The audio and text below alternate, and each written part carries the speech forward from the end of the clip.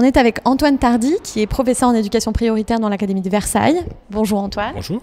Alors toi, ça fait combien de temps que tu es enseignant en éducation prioritaire? Alors moi, ça fait 10 ans que j'enseigne donc au collège Léon Blum de Villiers-le-Bel. Donc un collège REP, du moins REP depuis la dernière réforme, et qui a toujours été enseigne éducation prioritaire et du moins politique de la ville ou autre. Et alors, est-ce que, j'imagine, en 10 ans que tu as vu la situation évoluer, notamment peut-être du point de vue des effectifs, comment toi, en tant qu'enseignant, tu sens l'évolution?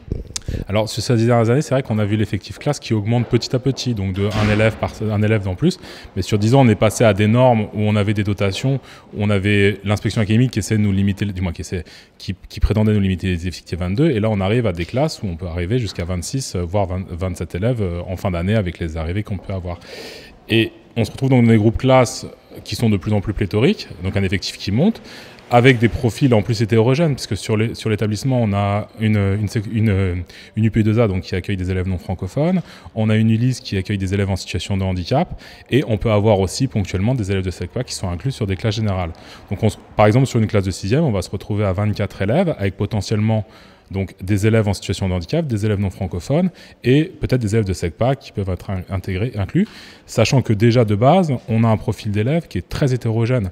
On va avoir des élèves qui vont avoir une maîtrise entre guillemets du système éducatif et donc pour eux ça va assez bien se passer.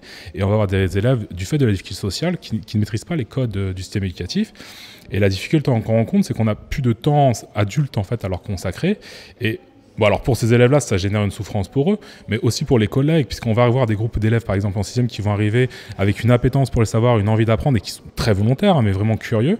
Et rapidement, au bout d'un trimestre, on va se rendre compte que cet élève-là, qui pourtant veut participer, qui est content d'être là, mais comme on n'a plus le temps pour combler la difficulté sociale des codes qu'il ne maîtrise pas, qu'est-ce qu'apprendre ses devoirs, qu'est-ce qu'apprendre sa leçon, qu'est-ce qu'on entend par ça, il va décrocher au fur et à mesure, et on va avoir des élèves qui étaient moteurs, envieux d'apprendre, lâcher au fur et à mesure, et arriver en fin de 6e, voire en 5e, voire en 4e, commencer à être des élèves en décrochage complet. Et alors pour ces élèves, c'est inacceptable, et pour les collègues aussi, sur la souffrance que ça va engendrer, puisqu'à la base, les collègues viennent pour faire réussir les élèves, enseigner et permettre à chacun de travailler.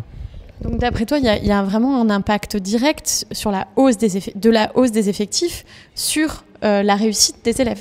Alors, la hausse des effectifs, clairement, parce que qui dit une hausse des effectifs, dit moins de temps adulte par élève. Donc, on n'aura plus le temps de combler les difficultés sociales qu'on arrivait à faire au sein du groupe classe. Puisque la solution d'externaliser à chaque fois la difficulté scolaire, c'est une fausse solution. Ça veut dire stigmatiser l'élève en échec, le sortir du groupe classe.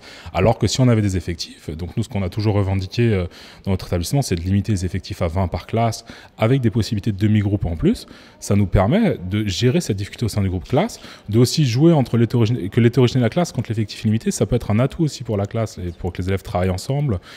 Et là, aujourd'hui, on ne peut plus gérer ça. Et clairement, les effectifs qui montent font qu'on a de plus en plus d'élèves qui se retrouvent en échec, non pas parce qu'ils n'ont pas la volonté d'apprendre, comme on peut entendre dans certains discours, mais vraiment parce qu'on n'a plus le temps de combler les difficultés sociales par du temps adulte vis-à-vis de l'élève.